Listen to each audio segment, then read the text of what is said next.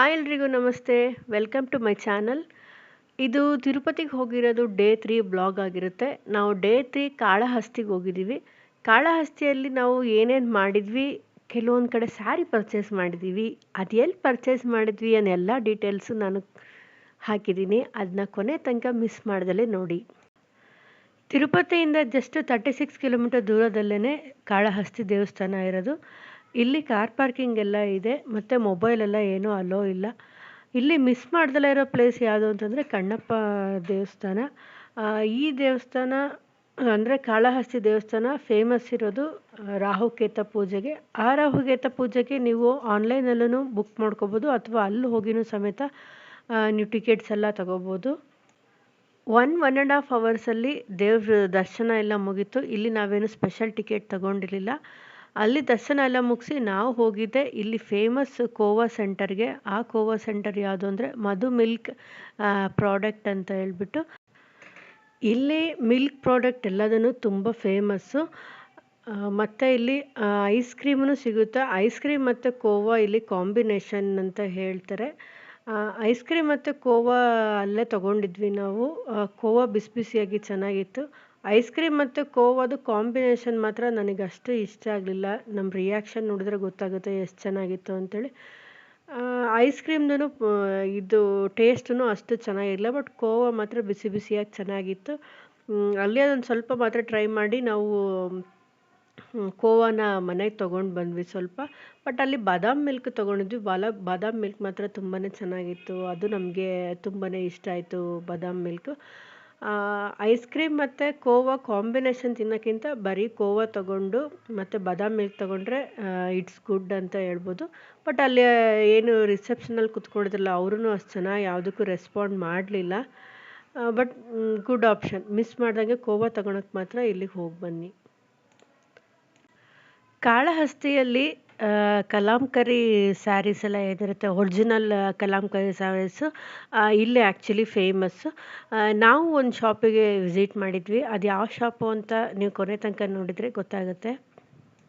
ನಾವು ಈ ಶಾಪಲ್ಲಿ ಏನೇನು ತೊಗೊಂಡ್ವಿ, ಆಮೇಲೆ ಯಾವ್ಯಾವ ಸ್ಯಾರಿಗೆ ಏನೇನು ಪ್ರೈಸ್ ಇದೆ, ಯಾಕೆ ಇದು ಕಾಸ್ಟ್ಲಿ ಈ ಕಲಾಂಕರಿ ಸ್ಯಾರೀಸು, ಅದೆಲ್ಲ ಡೀಟೇಲ್ಸ್ನೂ ಅಪ್ಡೇಟ್ ಮಾಡಿದ್ದೀನಿ. ಇಲ್ಲಿ ಆ್ಯಕ್ಚುಲಿ ಎಲ್ಲ ಥರದ ಸ್ಯಾರೀಸು ಸಿಗುತ್ತೆ. ಕಂಚಿ ಪಟ್ಟು ಸ್ಯಾರಿ, ಆಮೇಲೆ cotton saris, Chanderi silk, tussar silk ಮತ್ತು ಕ್ರೇಪ್ ಸಿಲ್ಕ್ಸು ಎಲ್ಲ ಥರದ ಸ್ಯಾರೀಸೂ ಸಿಕ್ಕುತ್ತೆ. ಪ್ರಿಂಟ್ಸ್ ಮಾತ್ರ ಒಂದಕ್ಕಿಂತ ಒಂದು ಸಖತ್ತಾಗಿತ್ತು, ಆಸಮ್ ಆಗಿತ್ತು ಪ್ರಿಂಟ್ಸ್ ಎಲ್ಲ ಮಾತ್ರ. ಬಟ್ ಸ್ವಲ್ಪ ಹೈ ಬಜೆಟ್ ಸ್ಯಾರೀಸ್ ಅಂತಲೇ ಹೇಳ್ಬೋದು. ನನಗೆ ನಿಜವಾಗ್ಲೂ ಅಲ್ಲಿಗೆ ಹೋಗೋ ತನಕನೂ ಈ ಸ್ಯಾರಿ ಪ್ರೈಸೆಲ್ಲ ಇಷ್ಟೊಂದು ಇರುತ್ತೆ ಅಂತ ನಾನು ಯಾವತ್ತೂ ಅಂದ್ಕೊಂಡೇ ಇರಲಿಲ್ಲ. ಈ ಹ್ಯಾಂಡ್ಮೇಡ್ ಕಲಾಂಕರಿ ಪ್ರಿಂಟ್ಸಿಗೆಲ್ಲ ಇಷ್ಟೊಂದು ಪ್ರೈಸ್ ಇರುತ್ತೆ ಅಂತ ನಾನು ಯಾವತ್ತೂ ಅಂದ್ಕೊಂಡಿರಲಿಲ್ಲ. ಅಲ್ಲಿ ಶಾಪಿಗೆ ಹೋದ್ಮೇಲೆ ನನಗೆ ಗೊತ್ತಾಗಿದ್ದು ಇಷ್ಟೊಂದು ಪ್ರೈಸ್ ಇರುತ್ತೆ, ಯಾಕೆ ಅಷ್ಟಕ್ಕೊಂದು ಪ್ರೈಸ್ ಇರುತ್ತೆ ಅಂತೆಲ್ಲ ನನಗೆ ಆ ಶಾಪಿಗೆ ಹೋದ್ಮೇಲೆ ಗೊತ್ತಾಗಿದ್ದು. ಒಂದು ಒಳ್ಳೆ ನಾಲೆಡ್ಜ್ ಅಂತಲೇ ಹೇಳ್ಬೋದು. ಈ ಶಾಪಿಗೆ ಹೋದಾಗ ನನಗೆ ಅದ್ರ ಬಗ್ಗೆ ಎಲ್ಲ ತಿಳ್ಕೊಂಡಿದ್ದು ಮಾಡಿದ್ದು ಅದೆಲ್ಲ ಸಿಕ್ಕಾಬಟ್ಟೆ ಖುಷಿ ಆಯಿತು. ಅಲ್ಲಿ ಅರೌಂಡು ಕಂಚಿ ಪಟ್ಟು ಸಾರಿಗೆ 25K ಇಂದ ಸ್ಟಾರ್ಟ್ ಆಗುತ್ತೆ ಪ್ರೈಸಸ್ ಎಲ್ಲ.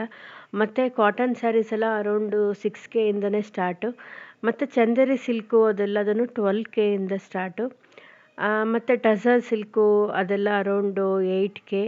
ಮತ್ತು ಕ್ರೇಪ್ ಸಿಲ್ಕು ಅದೆಲ್ಲ 10K ಇಂದನೇ ಸ್ಟಾರ್ಟು ಸ್ಯಾರೀಸು. ಮತ್ತು ಸ್ಯಾರಿ ಪ್ರಿಂಟು ಅದೆಲ್ಲನೂ ಮಾತ್ರ ಸಖತ್ತಾಗಿತ್ತು, ಒಂದಕ್ಕಿಂತ ಒಂದು ತುಂಬಾ ಚೆನ್ನಾಗಿತ್ತು. ನಾನಿಲ್ಲಿ ತೋರಿಸ್ತಾ ಇರೋದು ಕಂಚಿ ಪಟ್ಟು ಸ್ಯಾರಿ. ಇದಕ್ಕೆ ಅರೌಂಡು 25K ಪ್ರೈಸ್ ಇತ್ತು. ಬಟ್ ಪ್ರಿಂಟ್ಸ್ ಎಲ್ಲ ತುಂಬಾ ಚೆನ್ನಾಗಿತ್ತು. ಈ ಕಲಾಂಕರಿ ಸ್ಯಾರೀಸ್ಗೆ ನಾನು ಬಿಗ್ ಫ್ಯಾನ್ ಅಂತಲೇ ಹೇಳ್ಬೋದು. ಇದೆಲ್ಲದೂ ಹ್ಯಾಂಡ್ ಮೇಡೇನೆ, ಇದು ಹ್ಯಾಂಡ್ ಪ್ರಿಂಟೆಡ್ ಮತ್ತು ಹ್ಯಾಂಡ್ ಡ್ರಾನ್ ಆಗಿರುತ್ತೆ. ಅದಕ್ಕೋಸ್ಕರನೇ ಇದು ಸ್ವಲ್ಪ ಕಾಸ್ಟ್ಲಿ. ಕಲರ್ ಸಮೇತ ಒಂದಕ್ಕಿಂತ ಒಂದು ತುಂಬಾ ಚೆನ್ನಾಗಿತ್ತು. ಈ ಸ್ಯಾರೀಸ್ ಎಲ್ಲ ಯಾವುದೂ ಹ್ಯಾಂಡ್ ವಾಶ್ ಎಲ್ಲ ಮಾಡೋಂಗಿಲ್ಲ, ಎಲ್ಲದನ್ನು ಡ್ರೈ ಕ್ಲೀನೇ ಮಾಡಬೇಕು. ಅದಕ್ಕೆ ಎಲ್ಲದೂ ನ್ಯಾಚುರಲ್ ಡೈಸೇ ಯೂಸ್ ಮಾಡಿರ್ತಾರೆ. ಮತ್ತು ಇದ್ರ ಪ್ರೊಸೀಜರ್ನೂ ಸಿಕ್ಕಾಬಟ್ಟೆ ದೊಡ್ಡದು. ಒಂದು ಸ್ಯಾರಿ ಕಂಪ್ಲೀಟ್ ಮಾಡೋಕ್ಕೆ ಅರೌಂಡು 15-20 ಡೇಸ್ ಆಗುತ್ತೆ. ಅದಕ್ಕೇ ಇದು ಸಿಕ್ಕಾಬಟ್ಟೆ ಕಾಸ್ಟ್ಲಿ. ಎಲ್ಲದನ್ನು ನ್ಯಾಚುರಲ್ ಡೈಸ್ ಅಂದರೆ ನ್ಯಾಚುರಲ್ ಕಲರ್ಸ್ ಏನಿರುತ್ತೆ ಅದನ್ನು ಯೂಸ್ ಮಾಡಿಬಿಟ್ಟೇ ಮಾಡಿರ್ತಾರೆ. ಫಸ್ಟು ಇವರು ಫ್ಯಾಬ್ರಿಕ್ ಎಲ್ಲ ಸೆಲೆಕ್ಟ್ ಮಾಡಿ ಅಂದರೆ ಯಾವ ಸ್ಯಾರಿ ಮೇಲೆ ಪ್ರಿಂಟ್ ಮಾಡಬೇಕು ಅದೆಲ್ಲದನ್ನು ಸೆಲೆಕ್ಟ್ ಮಾಡಿ ಅದನ್ನು ಅವರು ಮಿಲ್ಕಲ್ಲಿ ಡಿಪ್ ಮಾಡ್ತಾರಂತೆ.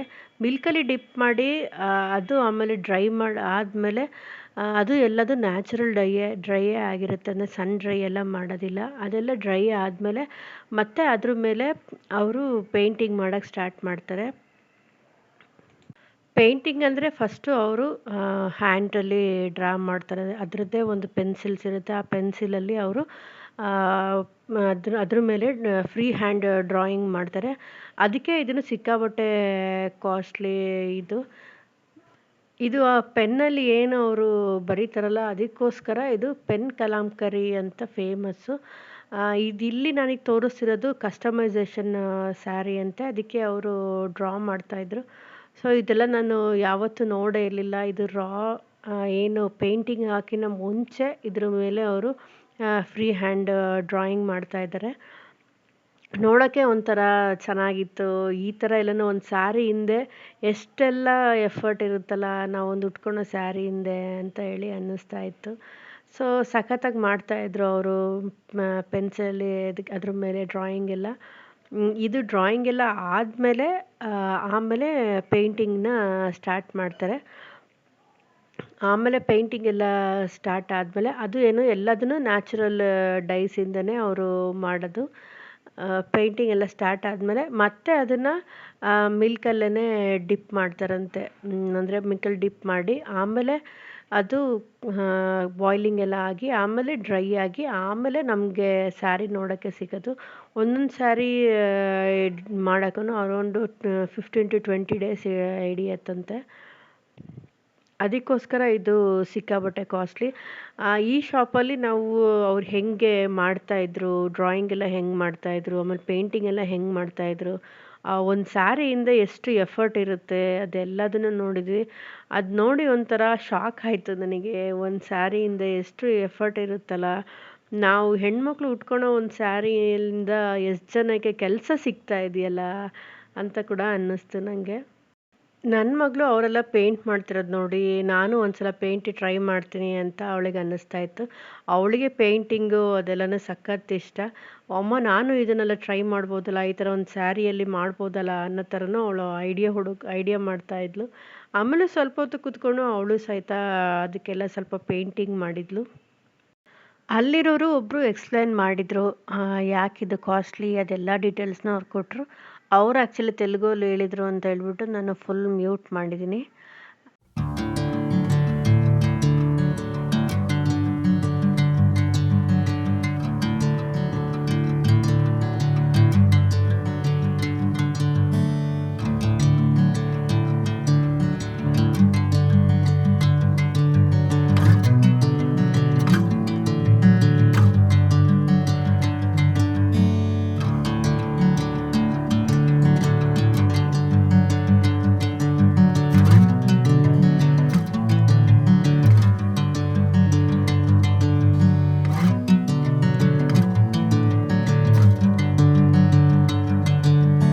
Bring me into golden sunlight.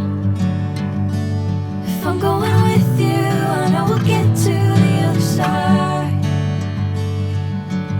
Sinking in, I know this feels right. Catching a crazy love moving through me like a wildfire, like a wildfire.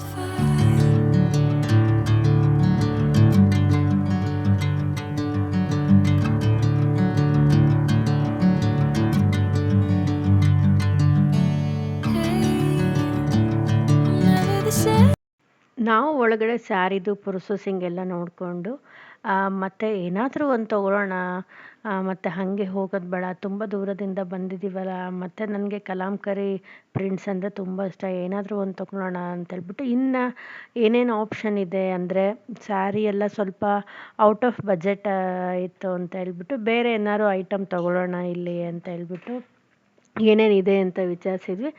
ಆವಾಗ ಅವರು ಮತ್ತೆ ದುಪ್ಪಟ್ಟಸ್ ಎಲ್ಲ ಇದೆ ಅಂತ ಹೇಳಿದರು. ಮತ್ತು ರನ್ನಿಂಗ್ ಮೆಟೀರಿಯಲ್ ಸಮೇತ ಇದೆ ಅಂತ ಹೇಳಿದರು. ಅಂದರೆ ಬ್ಲೌಸ್ ಪೀಸಿಗೆ ಬೇಕಂದರೆ ಅಥವಾ ಸ್ಕರ್ಟ್ ಮಾಡ್ಕೊಳಕ್ಕೆ ಅದಕ್ಕೆಲ್ಲ ಬೇಕಂದ್ರೇನು ಅದು ಕೂಡ ಬಟ್ಟೆ ಇದೆ ಅಂತ ಹೇಳಿದರು. ಅದಕ್ಕೆ ನಾವು ದುಪ್ಪಟ್ಟ ಏನಾದರೂ ತೋರಿಸಿ ಅಂತ ಹೇಳಿದ್ವಿ. ಅದಕ್ಕೆ ನಾವು ದುಪ್ಪಟ್ಟದಲ್ಲೂ ಸೇಮ್ ಸಿಲ್ಕ್ ಮತ್ತು ಟಸರ್ ಸಿಲ್ಕ್, ಆರ್ಗೆನ್ಸಾ, ಲಿನನ್ನು, ಕಾಟನ್ನು ಅದೆಲ್ಲ ಮೆಟೀರಿಯಲ್ಲೂ ಅವೈಲಬಲ್ ಇದೆ. ಸಿಲ್ಕು, ಟಸ್ಸರ್ ಸಿಲ್ಕು, ಆರ್ಗೆನ್ಸಾ ಮತ್ತು ಲಿನನ್ ಎಲ್ಲ ಅರೌಂಡ್ 3500 ಸ್ಟಾರ್ಟು. ಕಾಟನ್ ಎಲ್ಲ ಅರೌಂಡ್ 1500 ಸ್ಟಾರ್ಟು. ಸೊ ನಾವು ಆರ್ಗೆನ್ಸಾ ಅಷ್ಟು ಕಂಫರ್ಟ್ ಇರಲ್ಲ ದುಪ್ಪಟ್ಟ, ಅದಕ್ಕೆ ಸ್ವಲ್ಪ ಕಾಟನಲ್ಲೇ ನೋಡೋಣ ಅಂತ ಹೇಳ್ಬಿಟ್ಟು ಕಾಟನಲ್ಲಿ ನಾವು ದುಪ್ಪಟ್ಟಸ್ ಎಲ್ಲ ನೋಡಿದ್ವಿ. ಕಾಟನಲ್ಲೂ ಸಮೇತ ಒಳ್ಳೊಳ್ಳೆ ಆಪ್ಷನ್ಸ್ ಇತ್ತು. ಎಲ್ಲದನ್ನು ವೇರ್ ಮಾಡಿ ಟ್ರಯಲ್ ನೋಡಿದ್ವಿ. ಒಳ್ಳೊಳ್ಳೆ ಕಲರ್ಸ್ ಎಲ್ಲ ಇತ್ತು ಕಾಟನಲ್ಲೂ. ಯಾವುದು ತೊಗೊಂಡ್ರೂ ಇದು ಯಾವುದೂ ಹ್ಯಾಂಡ್ ವಾಶ್ ಮಾಡೋಂಗಿಲ್ಲ, ಎಲ್ಲದೂ ಡ್ರೈ ವಾಶ್ ಅಂದರೆ ಡ್ರೈ ಕ್ಲೀನಿಗೇ ಕೊಡಬೇಕು. ಸುಮಾರು ದುಪ್ಪಟ್ಟ ಎಲ್ಲ ಟ್ರಯಲ್ ನೋಡಿದ್ವಿ. ಆ ಕಲರಲ್ಲಿ ಈ ಡಿಸೈನ್ ಇದೆಯಾ, ಈ ಡಿಸೈನಲ್ಲಿ ಆ ಕಲರ್ ಇದೆಯಾ ಅಂತ ಹೇಳಿ ಎಲ್ಲ ದುಪ್ಪಟ್ಟಸನ್ನು ಕಲರ್ ಎಲ್ಲದನ್ನು ಟ್ರಯಲ್ ನೋಡಿದ್ವಿ. ಎಲ್ಲದೂ ಟ್ರಯಲ್ ನೋಡಿದ್ಮೇಲೆ ಫಸ್ಟ್ ನಾನೇನಿಲ್ಲಿ ಹಾಕ್ಕೊಂಡಿದ್ದೀನಿ ಟರ್ಕಾಯ್ಸ್ ಕಲರ್ದು, ಅದೇ ಫಸ್ಟ್ ಈಸ್ ಬೆಸ್ಟ್ ಅಂತ ಹೇಳ್ಬಿಟ್ಟು ಕೊನೆಗೆ ನಾವು ಅದನ್ನೇ ದುಪ್ಪಟ್ಟನೇ ತೊಗೊಂಡ್ವಿ. ಯಾವ್ದಾದ್ರು ಒಂದು ಏನಕ್ಕಾದ್ರು ಮ್ಯಾಚ್ ಮಾಡ್ಕೊಳ್ಳೋಣ ಅಂತ ಹೇಳ್ಬಿಟ್ಟು ನಾವು ಇದೇ ದುಪ್ಪಟ್ಟನೇ ತೊಗೊಂಡ್ವಿ. ನಾನು ಆ್ಯಕ್ಚುಲಿ ಲಾಸ್ಟಿಗೆ ನಾನು ಎಲ್ಲಿ ಇದನ್ನೆಲ್ಲ ಬಟ್ಟೆ ತೊಗೊಂಡೆ, ಸ್ಯಾರಿ ಎಲ್ಲ ನೋಡಿ ತೊಗೊಂಡೆ ಅಂತ ಹೇಳ್ತೀನಿ ಅಂತ ಹೇಳಿದ್ದೆ. ಇದನ್ನು ನಾವು ತೊಗೊಂಡಿದ್ದು ಶ್ರೀ ಕಾಳಹಸ್ತೇಶ್ವರ ಕಲಾಂಕರಿ ಶಾಪ್ ಅಂತಲೇ ಇದೆ. ಅಂದರೆ ನಾವು ತಿರುಪತಿಯಿಂದ ಕಾಳಹಸ್ತಿಗೆ ಹೋಗೋ ದಾರಿಯಲ್ಲೇ ಈ ಶಾಪ್ ಇದೆ. ಈವನ್ ನೀವಿಲ್ಲಿ ಅದು ಹೆಂಗೆ ಪ್ರೊಸೆಸಿಂಗ್ ಹೆಂಗಾಗುತ್ತೆ ಅಂತ ನೋಡ್ಬೋದು. ಆಮೇಲೆ ಸ್ಯಾರಿನೂ ಎಲ್ಲದೂ ತೊಗೋಬೋದು. ಒಂಥರ ಅದೆಲ್ಲ ಪ್ರೊಸೆಸಿಂಗ್ ಎಲ್ಲ ನೋಡಿ ನೀವು ತೊಗೊತೀರಲ್ಲ, ಸೊ ಅದ್ರದ್ದೊಂದು ಹೇಗೆ ಅದು ಏನು ಅಂತೆಲ್ಲ ಗೊತ್ತಾಗುತ್ತೆ. ಅದಕ್ಕೆ ನಿಮಗೊಂಥರ ಖುಷಿ ಇರುತ್ತೆ ಅದನ್ನು ತಗೊಳೋದ್ರಲ್ಲಿ ಅಂತ ಅನ್ನಿಸ್ತು. ನಾವು ತೊಗೊಂಡಿರೋ ದುಪ್ಪಟ್ಟ ನಿಮಗೆ ಇಷ್ಟ ಆಯಿತಾ? ಅದಕ್ಕೆ ಮ್ಯಾಚಿಂಗ್ ಯಾವುದು ಕಲರ್ದು ನಾವು ಬಟ್ಟೆ ತೊಗೋಬೋದು ಅದಕ್ಕೆ ಮ್ಯಾಚಿಂಗಿಗೆ ಅಂತ ನಿಮಗೇನಾದರೂ ಐಡಿಯಾ ಉಳಿದ್ರೆ ಕಮೆಂಟ್ ಸೆಕ್ಷನಲ್ಲಿ ಹಾಕಿ. ಹೋಪ್ ನಿಮಗೆ ಈ ವಿಡಿಯೋಯಿಂದ ನಿಮಗೆ ಉಪಯೋಗ ಆಗಿದೆ ಅಂತ ಅಂದ್ಕೊತೀನಿ. ನಿಮಗೆ ನನ್ನ ವಿಡಿಯೋ ಇಷ್ಟ ಆಗಿದ್ದರೆ ಲೈಕ್, ಶೇರ್, ಕಮೆಂಟ್ ಮಾಡಿ. ಮತ್ತು ನಿಮಗೆ ಏನೇ ಡೌಟ್ಸ್ ಇದ್ರೂ, ನಿಮಗೆ ಏನೇ ಬೇಕಿದ್ರೂ ಕಮೆಂಟ್ ಸೆಕ್ಷನಲ್ಲಿ ಹಾಕಿ, ನಾನು ರಿಪ್ಲೈ ಮಾಡ್ತೀನಿ. Thank you for watching. ಮತ್ತು ನಂದು ಇಲ್ಲಿಗೆ 3 days ತಿರುಪತಿ ಬ್ಲಾಗ್ ಕಂಪ್ಲೀಟ್ ಆಗಿರುತ್ತೆ. Thank you for watching. Thank you so much.